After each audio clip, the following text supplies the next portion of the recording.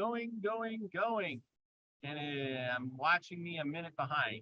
You're live. Hello and welcome to another day in the Milky Way. And tonight we got a great show for you. Another Decoding Atlantis. My gosh, you know that's going to be better than ever because tonight we got our special guest as Nina the Mystic. Oh, hi. Thank you for coming. Thank you. Hey, thank you for having me on. And tonight we're going to talk about some wild and crazy stories of Atlantis from tales of days gone by. And then we might even tap into the spirit realm and see what they have to say about what Atlantis was, or if Atlantis 2.0 was coming. We talked about a little bit before the show. So, and I see Lucky Smith's in the house, and he says, the Soul Tribe is prospering, I am prospering, and we are all prospering. And so, anyway, start out the show. How have you been? And you haven't been on in quite a while, and people have been missing you, and they were really excited to hear that you were coming on tonight. Oh, well, that's nice to hear. Yeah, no, thank you. I've been very well. Yeah, been, busy and. Yeah, you're doing Sunday Live, reading on, what are you doing? Wednesdays and Fridays now? Yeah, and Sunday. And then I got a secret stream as well. So I'm basically live streaming for 4 days, 4 shows a week. So that keeps me busy. And I just got another grandson about 3 weeks ago. Actually today, 3 weeks today. Congratulations. Yeah. So that keeps me busy. And then I'm rearranging everything in my place here. I'm going to switch where I have my live streaming and switch everything around. So my place is a little bit chaotic. And so that's keeping me busy as well. So yeah, lots going on, but yeah. Lots going on. You always seem to have a nice, good guest on Sunday Live. I like that. And that's great. People are enjoying that. I've been trying to step up to the plate too. I mean, you did, so I gotta do it too. So I've been doing my Tuesday shows and then my Saturday shows as long shows, and then shorts during the week. And I don't know if people like that better because they're I try to keep them 10-15 minutes, and I'm going to try to have special guests on to talk about subjects where we'll get right to the point and talk about it real quick and then move on, instead of having to sit there all hour talking about who's who and what's going on and things like that. Now, to get to that, Big Al's been working on the cards, people. He's been working hard. Nina, have you signed up for a deck of cards yet? Sure did, yeah. Pre-ordered a long time ago. Yeah, I think I got a deck or two maybe coming, maybe more than that. But anyway, we're going to share our screen here, and we are going to locate the cards. We're going to go through a few of these cards that Al has been working on so hard. Nina, what do you say about all these cards?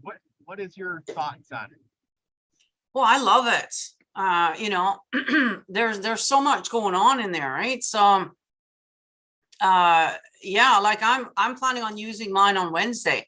So we'll have like an angel of the week as well to go along with hump day, and hopefully get some more information, you know what I mean? Yeah, I know you got so much going on here. I mean, for those, the invocations, I guess, is part of the thing. You're supposed to say the invocation in order to invoke the angel, but I think that's kind of like, to me, I don't know, I just got such a hate on for the Christianity thing now that I just I can't bring those words to my lips anymore. But, for those who do, obviously do, right?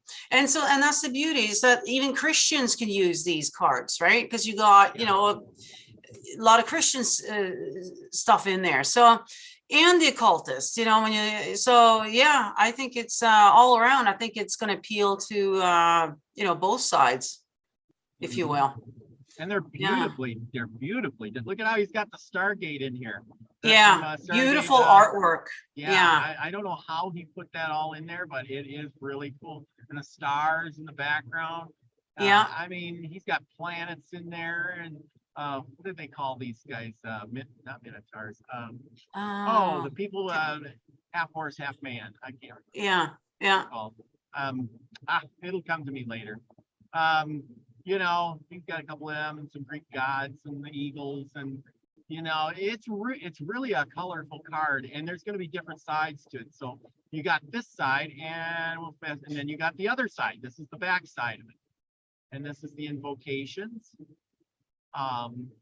That again with the palms. And each one is different. It will be on the back, as far as I know. And you can see each one is definitely individually done different. It ain't one of those cookie cutter. I went to the store and got me a pack of cards.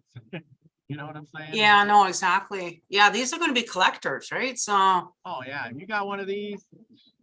Boy, I tell you, you are yeah. You see, each one of this is new. It's different. It's different. You could spend all day just reading these little doohickeys. You know, 72 things to look at. well, that's the whole idea. So you take each card and you're going to keep that for, say, a week. And you meditate on that every day, you know, and you know what? Every day you're going to see something different in there, you know, and really get to know the cards. And that's what you do with any oracle or tarot cards. You got to spend time with each card. And what does that card mean to you? Because really, that's all that matters when it comes to a reading is what you're seeing in that card, you know? So, yeah. Well, and that's the thing. It's all what's in the card, and then it programs your mind. It's kind of like Lucky. He's doing those aspiration, whatever he's doing. But anyway, Mantras? Mantras, that's it. You know, you say it over and over and over, and it programs your mind. Yeah, I got too much going on in my mind to forget all these things. Heck, I can't remember my name half the time. It's spelled forwards and backwards either way most of the time. Anyway, but anyway, you just, you know, you just get, oh, there's Big Al. And Al, you missed out on the card review. Anyway. Let's see, Lucky says, Centaur is a Greek creature, half man. Oh, a centurion, centaur, that's it. There you go. Okay. Thank you. Anyway, that's the thing. You get your mind focused on that, and that triggers whatever's in your mind. You know, you got your pineal gland in there doing all the work, and it's really small, so you got to concentrate twice as hard. That's not true. So anyway, activate that and get yourself going. And I'm learning about a little bit about smoke and how smoke. Why is it that everybody uses smoke? I got a lady I'm going to contact, and she talks about smoke. And Nina, why do you use smoke? And, you know, why? Well, you know, yeah. So the smudging or whatever you want to call it, you know, it is an ancient native traditional thing, you know. So essentially, like the sage is a sacred plant, just like the tobacco is a sacred plant, and they also use to smoke that while they're sitting around, right? Just like we sit around now, we might smoke a joint maybe and pass it around, you know. It was kind of the same kind of thing, right? But you're using sacred plants, you know. And it was funny because somebody else the other day were mentioning about being drawn to smoking cigars, and that was me last year. I quit smoking for 20 something years, but all of a sudden I had this urge to start smoking cigars. Now I don't inhale it or anything, but it's just the act of it. And it's almost like we're talking like a grounding effect, like we needed that grounding effect right at that time. You know, so it's funny how using your intuition on these things, which herbs, which things that you should be using. But the sage, going back to the sage, however, it is actually scientifically proven that it does kill mold and bacteria in the air. So it's not just a woo-woo native thing or you know, some spiritual guru thing. It is actually scientifically proven that it does. So if you know, do that, you know, and it apparently repels some spirits, it will repel them. So yeah, it's just good to practice spiritual hygiene, and definitely saging your house is a must, I would say. The only other option is, of course, I got my white light, the spray here. I made that specifically for those who don't like the smoke, because I realize some people are either allergic to the smoke or they just don't like the smell of smoke. This stuff will kind of do the same thing. although I do both, but you can just go around the whole house, just spray the whole thing, and it does the same thing essentially as the smoke. So there is other options if the smoke is kind of, but yeah, no, that's why we use it. And I think you see it in every tradition all over the world. You'll see them using it. It's not just in the one or the other, it's all over. It's kind of a universal. That's the whole thing. That's why I was asking this, because they use it everywhere. It's one of those universal things that everybody does in every culture and every religion, because most of the time it's like, we don't do that, we don't sacrifice, we don't do this, we don't do blood, we don't, but these guys do, and these guys do that, but this is the one thing that everyone does. Interesting, very interesting. Yeah, it's interesting that you mentioned sacrifice, because everybody used to back in the day. Okay, what happened is that it never went away. It's just underground. That's all. So a lot of these things that they're talking about now, people are getting woken up to the whole underground and human trafficking and all. This is not new. This is something that's been going on since day one, unfortunately. I hate to say it never went away. It just went underground. So exactly. People chose to ignore it, not see it, like do the la la la la la. Yeah, it's not happening. Yeah, it's funny though when you listen to all the children's bedtime stories, all our stories that we were told, that we told our kids. It's all about the witches eating the children. It's all about this grotesque, like Pinocchio being sent to Pleasure Island. That blew me away. Like there's hints everywhere about this stuff that they're doing. Yeah, it's just that we're still like, no, that's just that's just a story. They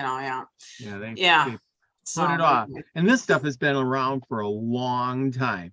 It's kind of like Atlantis, that we, of course, what we're here to talk about today. It's been around for a long time, but a lot of people say, well, because we can't see it, it doesn't exist. Right. Where is it? Why is it? But these myths and stories and legends that go back thousands of years, passed down, it's one of those things that people pass down the story over and over and over again for thousands of years. Question is why? Why do they do that? Because something happened, Something happened, they wrote about it, and sure, it got tweaked a little bit here and there and everywhere, but the story kept on, and it's still here today. I think that's why there's so many versions. Like, it seems like every continent thinks it's coming from theirs. I was just reading this is, just briefly here before I came on, about the North. I grew up there. I never heard about anything about Atlantis being over there. So I don't know. That's definitely not something that we're taught.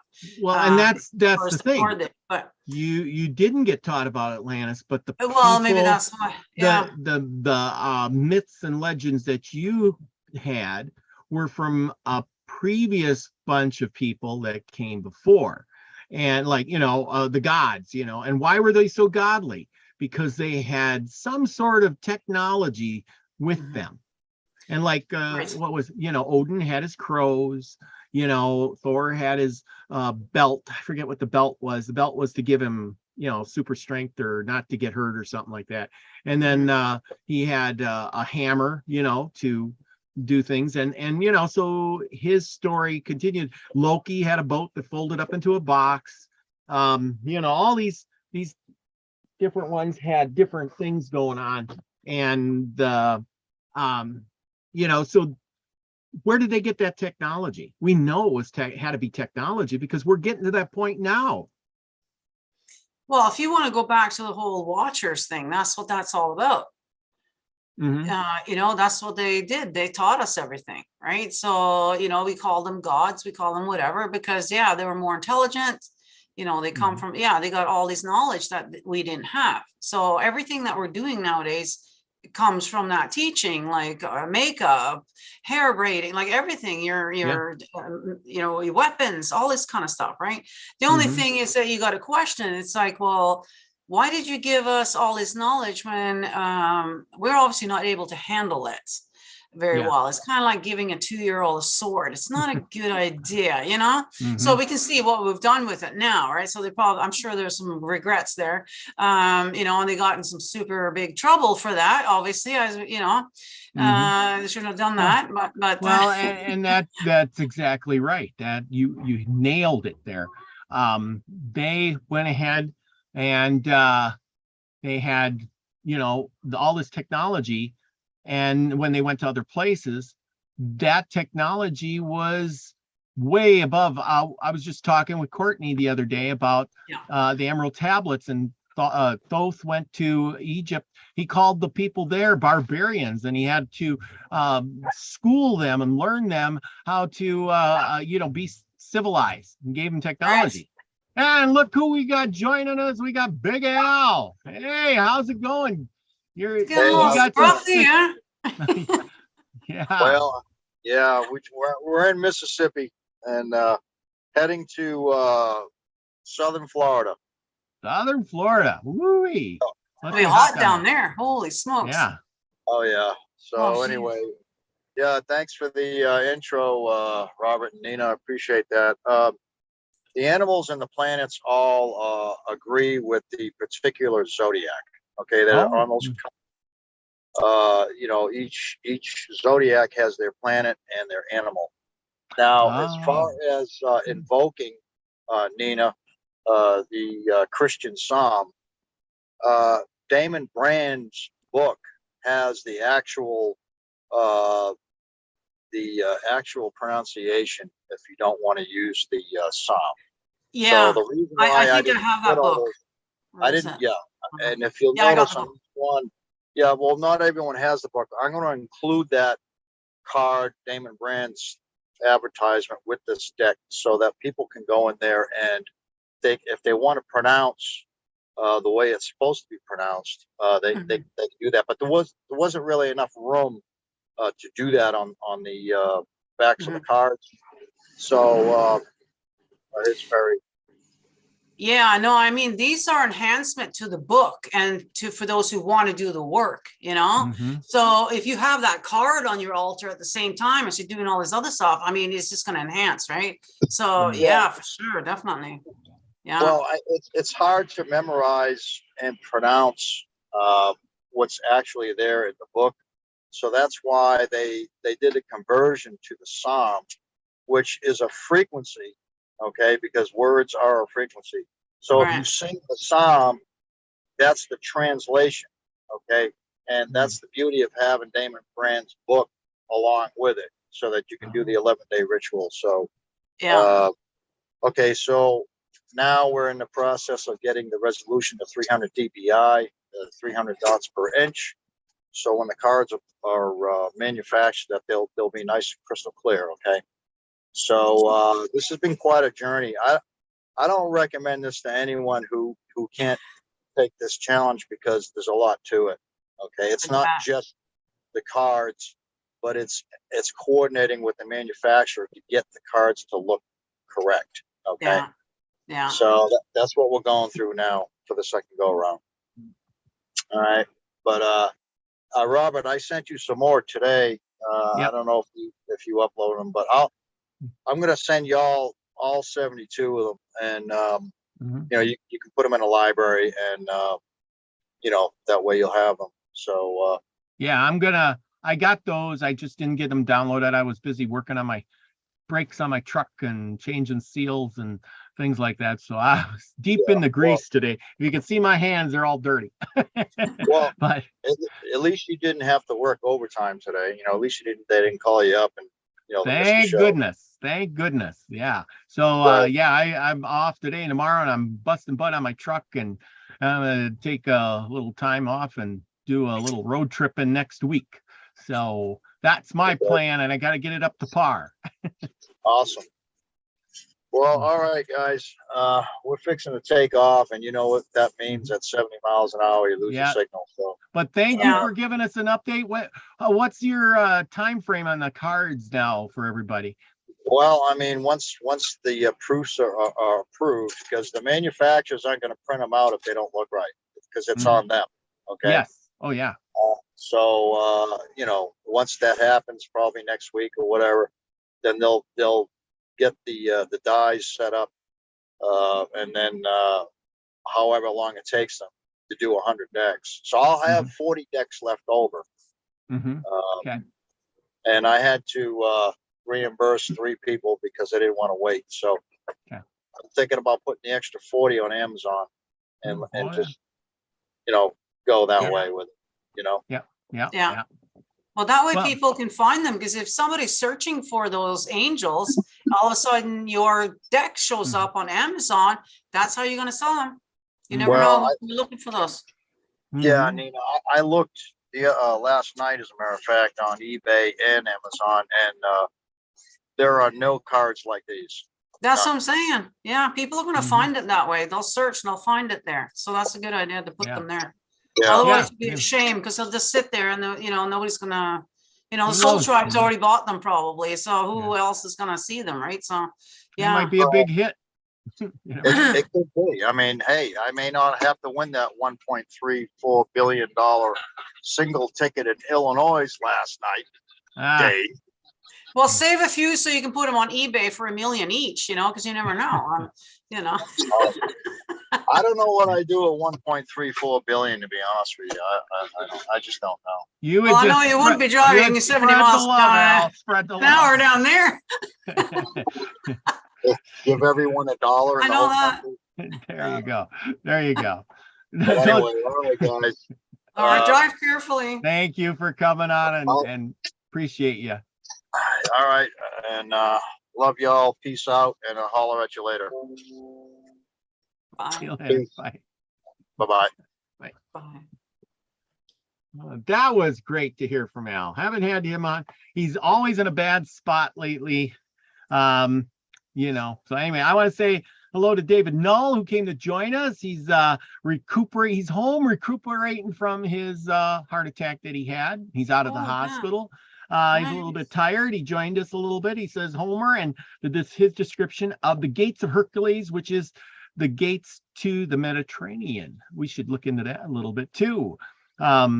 Anyway, let's see. So yeah, and we have Jill Jarrett, who's not too late tonight, and Courtney MC, who came on, and she is got a special with me tomorrow night, so join me there. And we got Free Life, who says Nina rocks. Yes. And Max Vision, who will probably have a show after ours tonight, so go over there and check him out. And Regine Hutchinson, who is here, she says, be the light to others, shine, shine, shine. Thank you. Anyway, okay, back to where we were. Want to talk about Blavatsky. I hope I'm pronouncing that right. Yeah, have you heard of her? And Yes. yeah, is that how am I pronouncing it right? Blavatsky. Yeah. Blavatsky. Okay, there you go. I could see it once I heard it. But anyway, she said that when Atlantis sank, it was on its 3rd try, and then after that it was when it sank, and then there was no more. It was also she said that some of them people from Atlantis went down to and became the Toltecs in South America, and of course they ended up dying out too. Let's see, I'm going to share our screen and give us something to talk about. And it all started mostly with this guy. You know who that is? This is Plato. And now, Nina, do you think we should believe this guy? He was super smart. He wrote a lot of stuff, but he got his information from Solon, who got it from the Egyptian temple guides or whatever they were. The garters of the temples, and the priests. Yeah. The thing is that the more awake you become, right, Yes. to the conspiracy of our history, essentially, how they have rewritten everything. So and a lot of these people who are famous in our history were actually paid off. We know that already now. So by answering that question, I'm going to say probably not. I just, we're just going to have to assume that all of these people were just paid off, and they're, you know, it's written the way that they want it. They don't want us to know about Atlantis, I'm sure. I'm sure that's one of those things they don't want us to know. Now, my theory on it, or my intuition, is telling me Atlanta, or Atlantis, or sorry, Antarctica. Yeah. You know, because they're already starting to see the pyramids now. Now, what is under there, right? What is this that they're so secretive about? Good, right? good Could it have been that it froze over, you know, and that's where it is, and it's probably kind of still intact? Maybe they can go down there and do things. Maybe they got a whole thing going on underneath there still. Maybe it didn't disappear at all. It just froze over. I don't know. There's something under there. What it is, you know, I guess we don't know yet, but I do believe that humanity has gone down a few times. You know, I think Atlantis is probably one of them. You know, there's several of them. You know, we seem to get to kind of a certain point, maybe in our technology, or you know, and then we kind of crumble. Now, the one thing that stood out to me when I just read the Wikipedia thing there just a couple of minutes ago, it was they fell out of favor with the deities that they were worshiping at the time. So I'm assuming those the Greek deities that they were worshiping, well, whoever, the gods, okay, whatever you want to call them. Because I also do believe that a lot of these gods and goddesses, they're the same. They just have a lot of different names. So, you know, just because you're over here, over there, it's just different names and whatever. They're all, like, there's only a handful of them, kind of thing. You know what I mean? So they fell out of favor with the gods, and the gods just let it go down. Now, my question is, are we at that point now? Are we starting to lose favor with our gods? Have we pissed them off enough that they're like, yeah, fuck it, we'll just let it go again? You know, these are questions to ponder, but yeah, I don't know. What do you think? Well, and that's exactly it. There's cycles.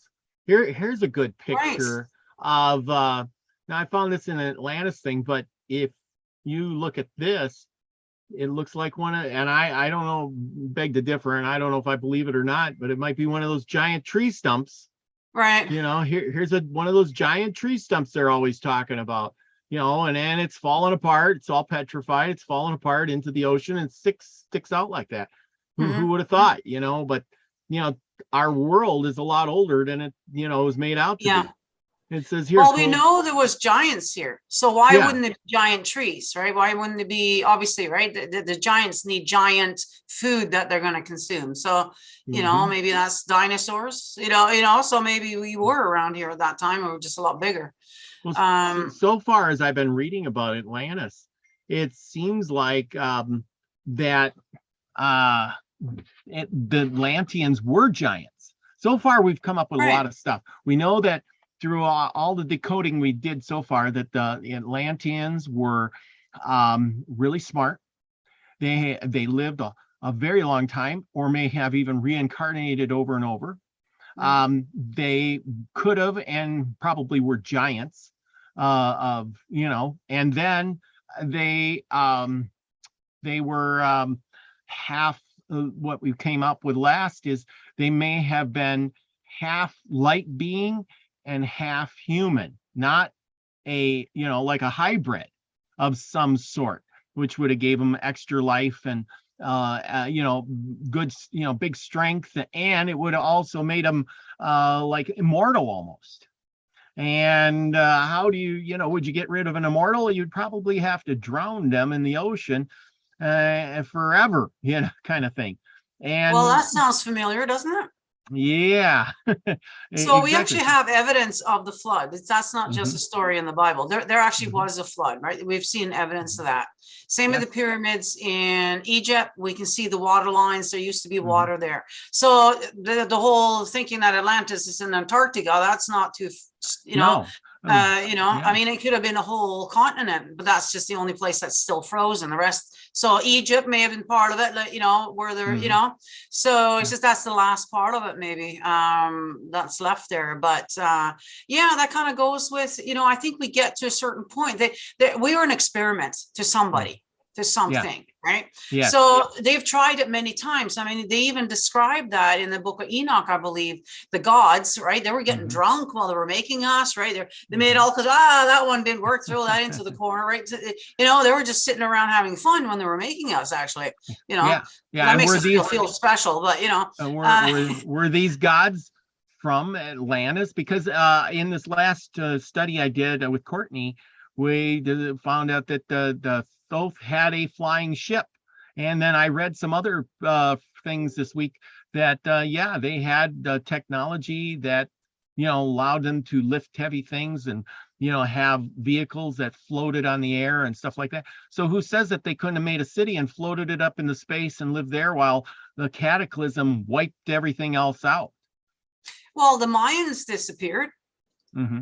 Right. Yeah, so what did they do? There could have been something like you said, who knows, right? Now, I mean, we know that we are hybrid as well. So, I mean, it could have been them that made us. Maybe we were their one thing that they could leave behind, I've saw like a reminder of to start all over again. Maybe it's just that we're a little bit smaller, more condensed now, I guess. I don't know, but well, version of them. And then that's the thing. If they were giants, and then, they lived on this continent in the between, they would have set up outposts, but then the rest of the humans, the little people, as they called them, or like I researched with Thoth, he said they, and with King Og, he said there was little people, little selves, he said. So, right. there was they made little us. selves. Yeah. And mini-me's. We're little mini-me's. We're mini-me's, and we don't know it because there's no more giants. So if there's no giants, you would be the giant because you're as big as you're going to get. Yeah. So if all of that, I read or I watched a thing or read some about the Denisovian bracelet they found. I don't know if you ever heard of that. Denisovians, and they found a bracelet in a cave somewhere in Siberia, and this bracelet was dated between 60 and 70,000 years old. The thing is, it was made out of stone, and it had drilled holes. I could look it up while we're waiting, but it had drilled. Stone, it was fluoride stone. Yeah. Nice. So, and it was drilled and polished to the point where light would almost pass through it. Well, these Denisovians were like cavemen. They're supposed to be, shaving rocks and stuff. Now the question is did they find that from a past civilization? Did they get it from advanced species that was living on the planet at that time? Like the white man came to America. Yeah. And what did he do? I was just gonna say.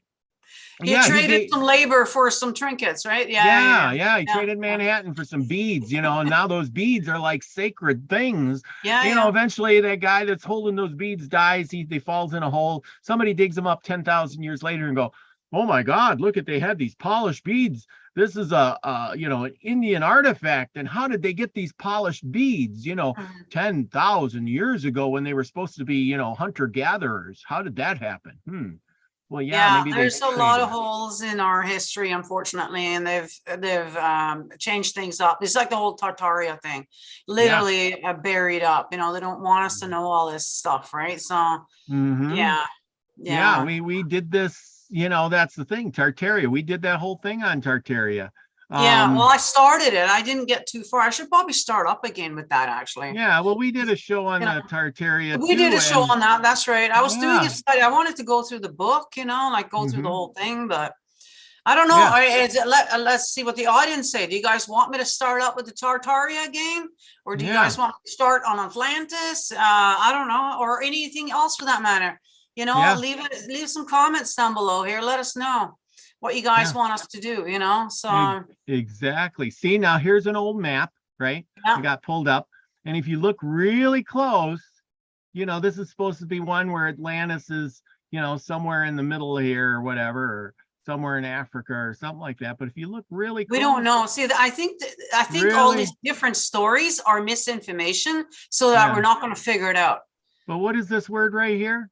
Tartaria. Tartaria. Hey, there you go. Yeah, Tartaria. Oh my goodness! But you know where it is? You know where that is? Where is this site? Where is that? Teria is right where Russia and Ukraine are. That's Oh, right where Russia. isn't that interesting? Yeah. So maybe there's a whole nother reason why they're, and I knew that anyways, there's a whole nother reason why they're fighting down there. But could it be, because I know there's a lot of underground stuff in Ukraine there. It's like one of the biggest underground type of thing. You know, so there's rumors of other things going on under there as well, a lot. It's the hub in Europe, let's put it that way. Now, I wouldn't be surprised if there's other, there could be other things that are buried there. It happens to be right there.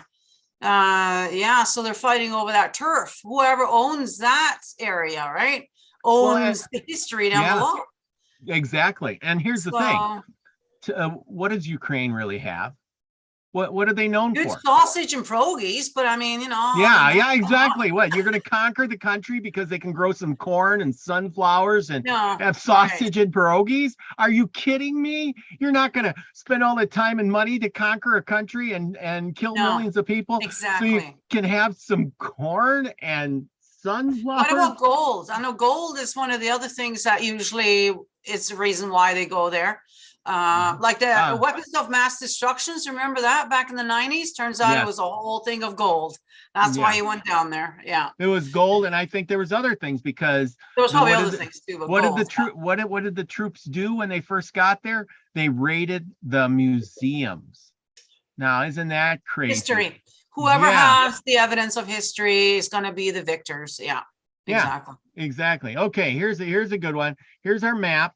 See, and here's this big chunk they say is in the middle that sank. Now, if you believe it or not, now notice on the other side here, this is what's really interesting. Here's South America. Here's North America. I'll even blow it up a little more. And what in the hell is this? What does it say? Mel? Yeah, something. I can't read it either. But this is the Pacific Ocean. So here they got labeled the Pacific Ocean. It's okay. My understanding is that everything has drifted far apart though since then. Yeah. So so we are a lot further apart from all of this now. So I guess if we can visualize it kind of sliding apart, would it make sense? I don't know. Or sinking. I'm not a map expert, but yeah. So anyway, this is Mu and Lemuria and Atlantis. It said this talks about Atlantis ideas. It was an island nation of Atlantis taking the name of Mu, pronounced Mu, M-O-O. I believe this translation of the ancient Mayan text revealed a new world vision of the Atlantis story, giving more credence to Plato's old world version. Like Plato's Atlantis, Li Plong's island of Mu disappeared beneath the surface of the Atlantic Ocean in the distant past. In the early 20th century, James Churchwood argued that the story of Mu was actually the story of the second lost island civilization of Atlantis had disappeared in the Atlantic Ocean, Mu into the Pacific Ocean. This lost island of the Pacific also came known as Lemuria. Now here's another, and that's the thing. If there was an island here, and we're talking about Atlantis, what if there was a second island over here? And that's why the story goes all the way around the world. Maybe, yeah. Because, you got the Africans talking about, the South Americans talking about, well, then you got the Europeans talking about, how would they know? Unless there was two chunks of land that went under the water. Lemuria, now that starts to make a lot of sense. There's been a few, So, it's just something to think about. That in all effects would make a lot of sense, meaning that people could travel around the world. You know how they say, oh, the people came and they crossed this land bridge over to Alaska, and then they came down and little by little settled, North and South America, right? But what if there was a big island there and all they had to do was walk and jump in a boat and sail, 200 miles and they were there? That would be a lot more feasible than, they walked across the land bridge and all the way down North America into South America and all the way to the tip into Antarctica. Right? Yeah. Interesting. It is very fascinating. Yeah. So, yeah, and then here we got this. This is Globekli Tepe. And they say this thing is 12,000 years old, right? You know, and they're finding these big pillars, and this is some artist rendition of the thing, right? But here's the deal. And even in this artist rendition of this, you got these big giant pillars, and then you're putting all these little stones all the way around. Well, you found these big stones, and then you decided to fill it up with your own shit. Put it simply, right? You didn't move those big giant stones, because if you could move those big giant stones, you wouldn't worry about filling these in with little itty bitty stones. You'd put big giant stones here too, right? It'd make more sense. Or why would you even bother moving the big giant stones and having all that precision and then filling it in? No, this is filled in. All these stones were here from a past civilization. Somebody came along and said, hey, look, we can use this and make something out of it, right? Right. Yeah, might as well. Right. Yeah. Just like today, when like the Europeans came across to South America and they conquered the Incas and the Mayans and all of them, where did they build the churches? Right on top of the grids of the ley lines and stuff. They built them on top of the old temple. Oh, well, So yeah, of course. yeah, Which were made on top of the, like all the cathedrals, all that stuff is built on a specific point. And that's where you're going to get all that energy going right up straight. Yeah. It's all done by design. So they built their temple on top of the other temple, who they built on top of somebody else's temple. Yeah, exactly. And why? Because that just seemed the thing, that was the thing to do, anyway. Okay. Courtney says, yes, at least 3 cycles. Free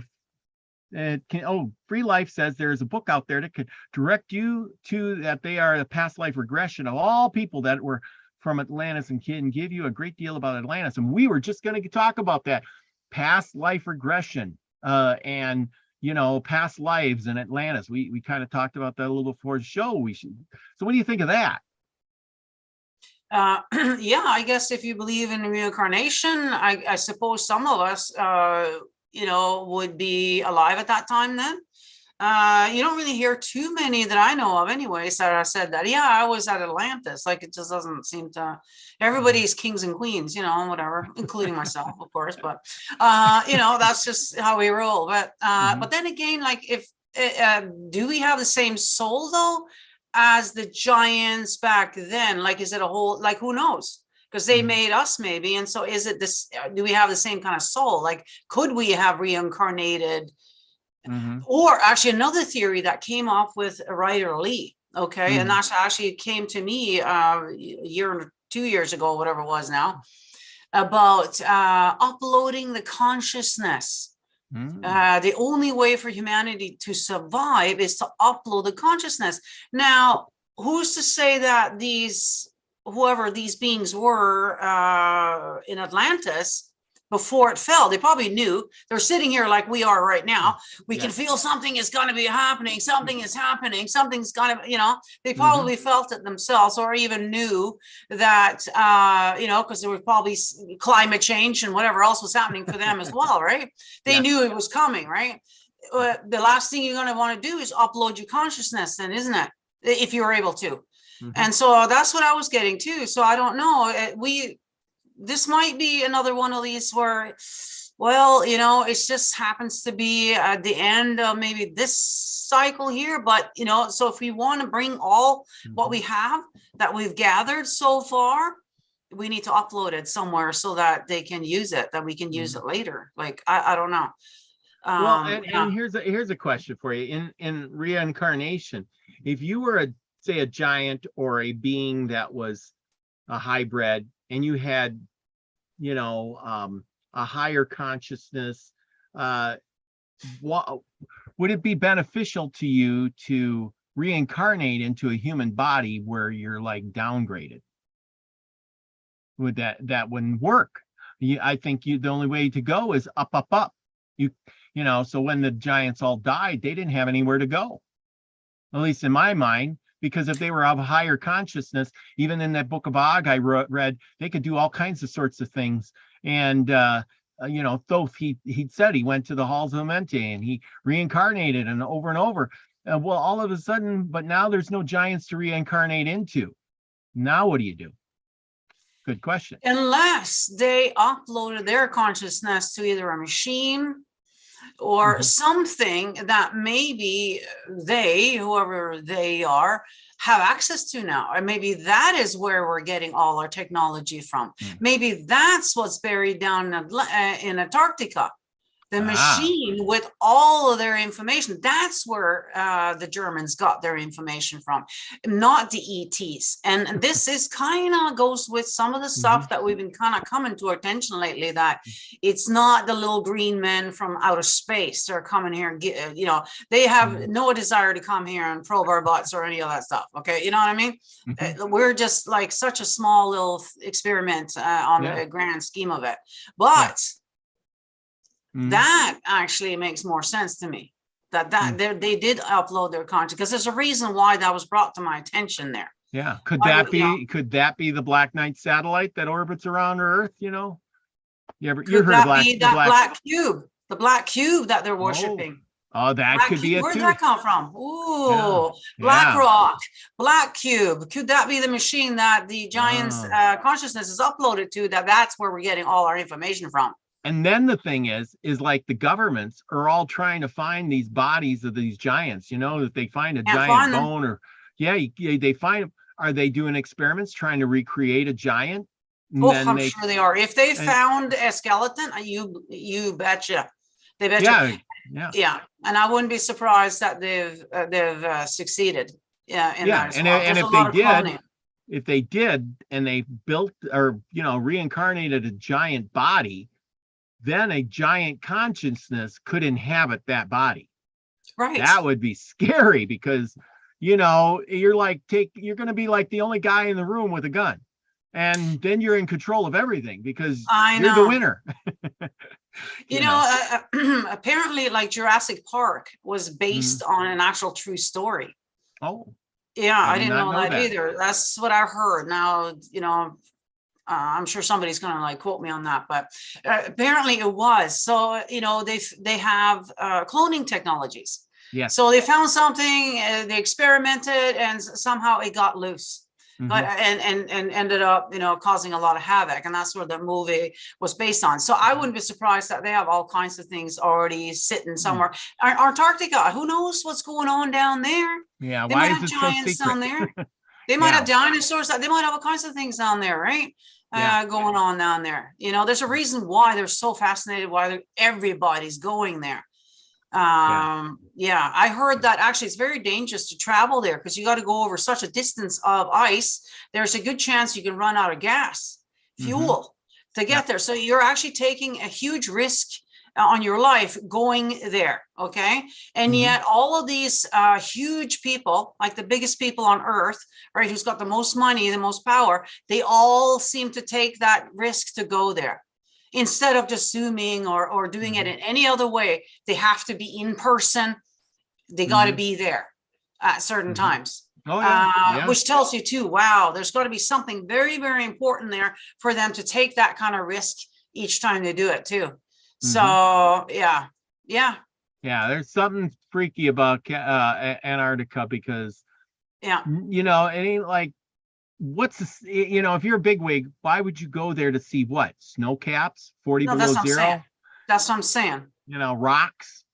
Oh boy, penguins. I'm going to go to Antarctica to see a penguin when I could just go to the zoo. Yeah. I think it's so hush. They don't trust the internet. They don't trust the Zoom. They don't trust any of that. If you want your information, which you're going to have to get, if you want to continue up in a high position anywhere, you got to actually show up in person, which, like I said, is a huge risk on your life to get there. And they all do. Yeah. So Yeah, they're probably talking to the machine that's got the consciousness uploaded. Now, if Free Life is in here, that's a friend of mine who also had a very profound dream or download or whatever you want to call it about we're fractals, right? And I already have this thing. We're fractals of God or whatever you want to call it. We come here to get information, experiences, blah, blah, blah, go back to relay it. Well, he had this thing about we go back to the machine. And this was years ago that he had this, and then so a lot of this is starting to kind of come full circle here now. Like that makes a lot of sense. This was and speaking of that, this just blows my mind that you brought that up, because I was writing down, this is in my notes, and it was talking about, I was thinking about Atlantis and who created the races. Did they create each race by tweaking everybody? When Atlantis split up, did they go their separate ways and think, well, I'm going to make somebody like me, or I'm going to make these guys the way I want them, not the way you want them? And then the sixth dimension, and how can I prove this? And it's like the six spheres. The flower of life is six spheres. When water freezes, it freezes into six pieces. Why is that? Is that trying to and of course the number of man is 666. Where am I? We are the beasts, right? As far as Christianity goes, we're a piece of shit kind of sinner who was born a sinner, right? So we are the beast. The patterns of time are 6, and that breaks off into 12s. And the thing is, so Kronos was the god of time. The Elohim, they had, could they be Atlanteans? Being of bodies, they had bodies, but they had like rays of light bodies. We all do. Actually, that's what we look like on the inside. As a spirit. That's the first spirit I saw was like that. Human silhouette, but it's just a light being. So I think that's what we are when we go over to the other side. And so, if Jesus was a thing, he was able to go in and out. In a way that we're just not able to here. He was definitely a higher, vibrational, like he was definitely hybrid. I mean, his mother was raped by something that we don't know what it was. So obviously you talk about bump in the night. I mean, shit, she got raped by something and gave birth to another hybrid. So she's already a hybrid, right? Because we're all hybrids. And then hybrid into something, and morphed again, spliced that up again with more of their DNA or whatever. And so he became more. He became, you know what I mean? And like he says, we can too. I guess we can evolve there eventually. But that's going to take a long time, as you can see. Well, most people here aren't, And that was the thing too, is if I live this life and you live your life, right? Now you spent your whole life, and what are you good at?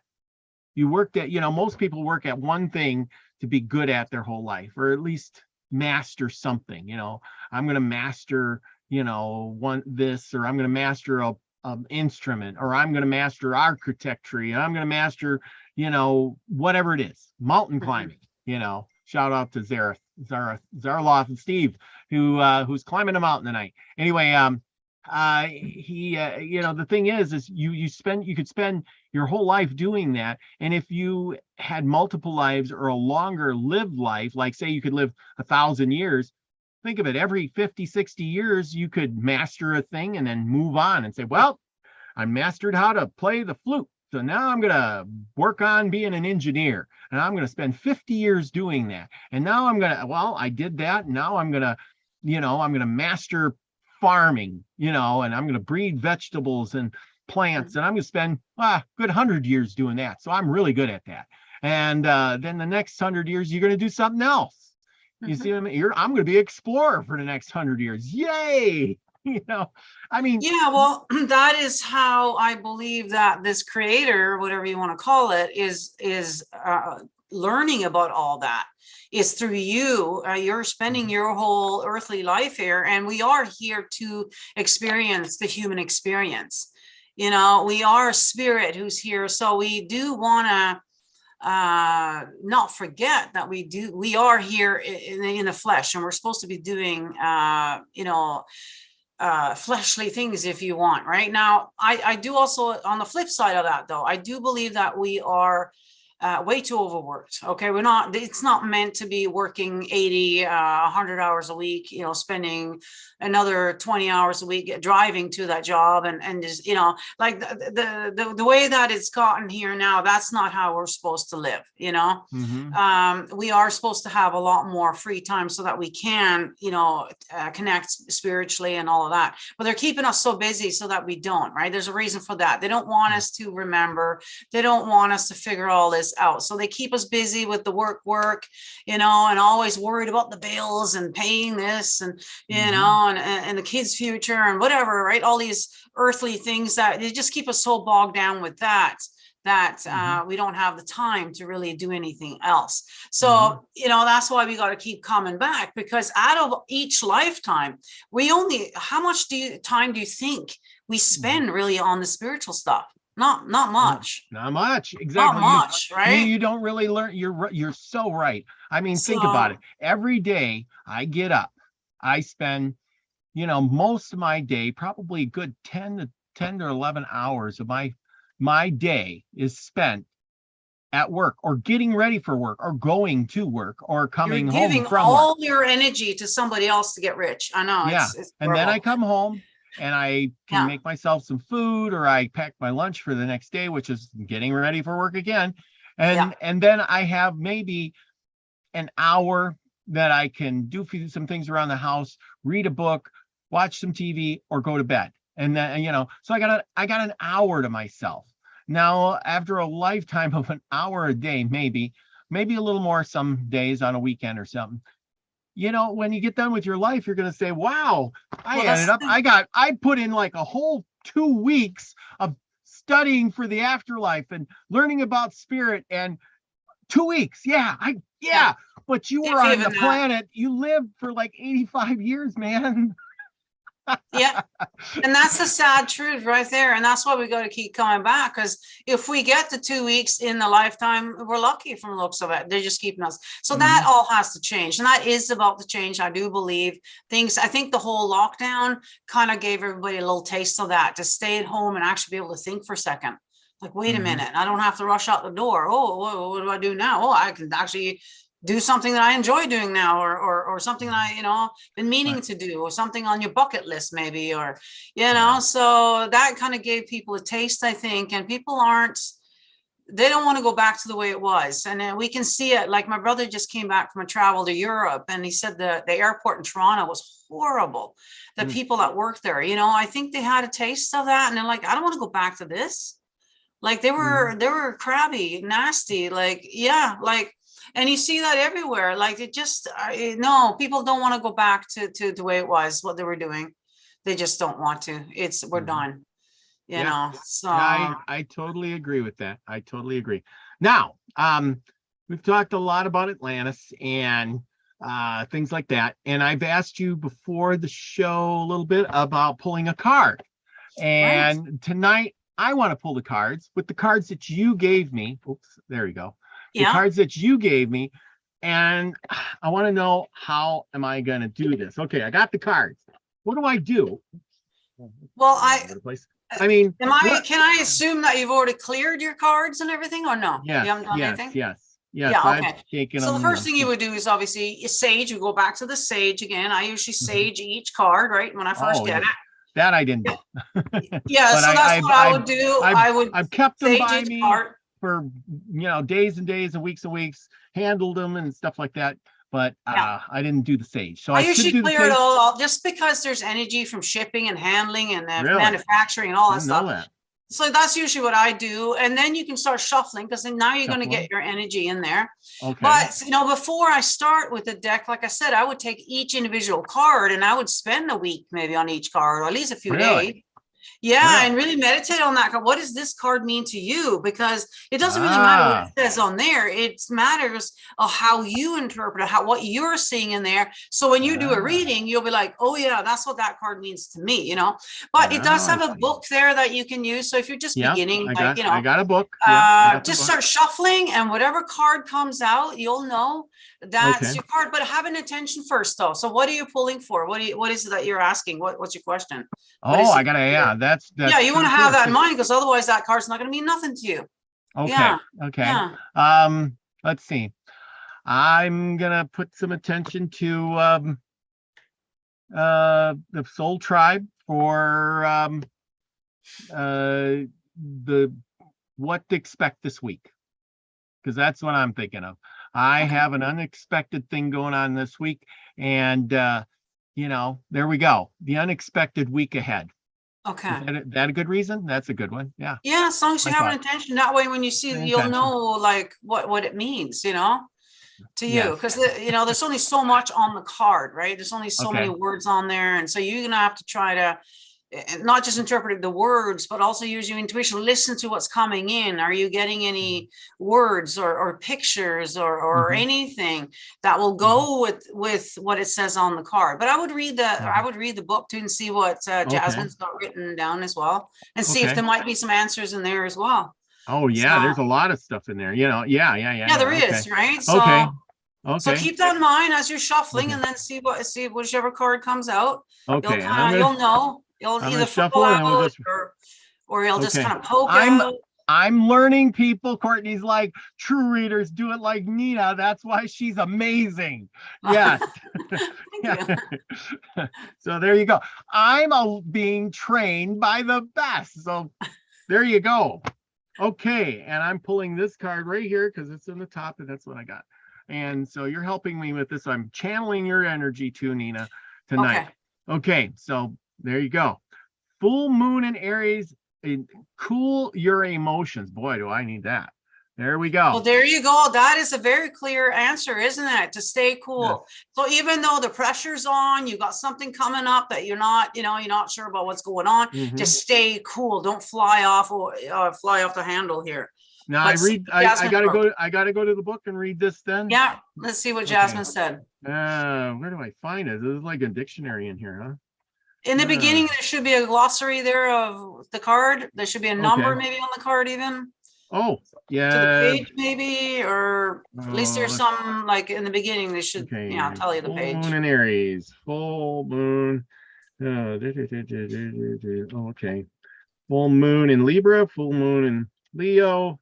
Oh, here, full moon in Aries, page 54. Very nice. Okay, page 54. Very nice number. Yeah. Yes. Why is that? Well, I just turned 54, you know. So. Well, there you go. You're just a year older than me. Okay. There you go. Okay. Full moon in Aries. Step into your power. Something is holding you back from racing towards your next goal. Boy, do I know.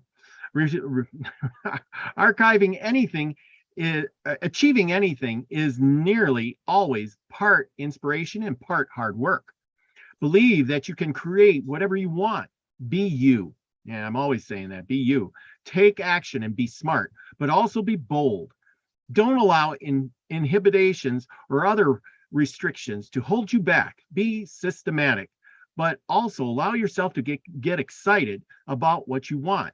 If someone seems to be working against you now, deal with your emotions as calmly as you can. And there we go. There you go. Yeah, exactly. And now there's a bunch of other stuff. It says manifesting mix, manifesting mindset, tuning into your manifesting power. So it tells you a little bit about everything. So basically what you do is you'd read this ahead of time and then kind of go from the gut. No, I wouldn't even read it. Like if I'm going for my gut, but you can like, so if you're just getting going with the Oracle cards, by all means, read what it says there. Okay. But before I even read it, I would rather, just use your intuition here. You can see what it says on the card. So you kind of get a gist of what that message in there is going to be. But that was like bang on answer as far as that, because you just asked, and that's the answer right there. Stay cool. You know, Yes, don't yes. let it get to you, right? Get under your skin. Don't let them, yeah, don't let them get to you. Yeah, Just yeah. play the poker face, right? Yeah, yeah, Yeah, that's that's my, that's really good. That is, yeah. I thank you. Thank you. Thank you. Thank you. Well, I mean, it's really, I mean, and that's the thing is I've thought of it a lot, and I think I mentioned it to you before, about people, they pick up a deck of cards. Some of them got 3, 4, 5 decks of cards. They're all, I got this card and I got that card and I got dragon cards and angel cards and the Yeah. sacred cards and blue and gray cards. You know what I mean? Yeah, I And got all of them. yeah, exactly. But can they read a card? Yeah. You pull it up, you look at it, you read it out of the book, and you call it good. But that doesn't, not like when you read a card, Well, but see, this is or why, you know what I see, mean? like, say if you had just pulled that card without having that intention beforehand, that card wouldn't have made any sense to you. Say, oh, well, whatever. You wouldn't have thought about it at all. But because you had an intention or a question, now this becomes a clear answer. That was a direct answer as far as I'm concerned. It was, And boy, that's the trick, yeah, I right? agree. Yeah. So that's why when I do hump day too, I want you to have something in mind. I want you to have a question in mind as you're meditating on those numbers, because that way you're actually, these cards are going to give you some kind of answer to that. Otherwise it's just going to be, yeah, whatever, just general, whatever. It's not going to resonate basically if you don't. And so that goes for whether you're at home pulling a card, just like you did here, have that intention while you do it. And that's how they're going to communicate with you. Yeah. See, now that makes sense. That definitely makes sense. Because I didn't, I guess, like I said, you get the cards and what do they do? It's like, they're pieces of paper with writing on them. And then you read the book. And then that's supposed to make all your mysteries come true. But you're right. You got to have that intention. And then you got to set it up. And then you got to find the card. And then the spirits tell you which card to pull, and they show it to you. And then you read it and kind of interpretate it a little bit. And, so I agree with that. That makes more sense. There you go. So thank you. Thank you. So there you go, everybody. I don't know if that card was for all of you or it was for me, but either way, it made sense to me. So well, you had that particular question. I think that was more for you, but yeah, it's kind of hard to do for a group, really, because there's so many different people. Everybody's going through so many different things, unless you're going to start going into what you think is coming up as far as, world events and stuff. But that's, a whole nother thing. But, yeah. Trust me, world events, boy, I just. We know something's coming. We just don't know exactly what, although I have my suspicion, but yeah. Yeah, I think we all do a little bit, but that's the thing. It could be one thing or another, and then it could be something totally different and surprise us all. So be prepared. Well, that's for the thing. There's so many of us that sort of have theories now that you almost got to think that, well, they're probably not going to do that then, right? They're always going to try and surprise you, right? They're not going to, they'll be like, oh, well, I guess they figured that out. Well, we'll go to plan B then, or which plan we're on now. I don't know. I think we've gone up the alphabet quite a bit here, but yeah, they might just, surprise us with something completely different. Yeah. So who knows? Be ready for everything. So anyway, I want to thank everybody for coming tonight. Thank you, Nina, for joining me tonight and talking about Atlantis. Big Al, if you're out there listening, thank you for coming on and giving us that update on your cards. They are beautiful, and you put a lot of hard work into them, and I can't wait to get my deck. And Nina, I'm sure you can't wait to get yours either. Yeah, like I said, I'm going to incorporate it into my Wednesday reading, so stay tuned for that. We'll have an angel of the week, and yeah, a little extra, a little bonus. Yeah. Awesome. A little bonus. Exactly. Okay. Well, with all that said, thank you, everyone. Remember, go out and make somebody's day this week. Go out and surprise somebody with a handshake or a smile. If nothing else, just listen to somebody who needs some listening. And with that, your week will be better, and so will theirs. So go out and be the frequency you want to receive. I love you all, everyone. Peace. And there we go.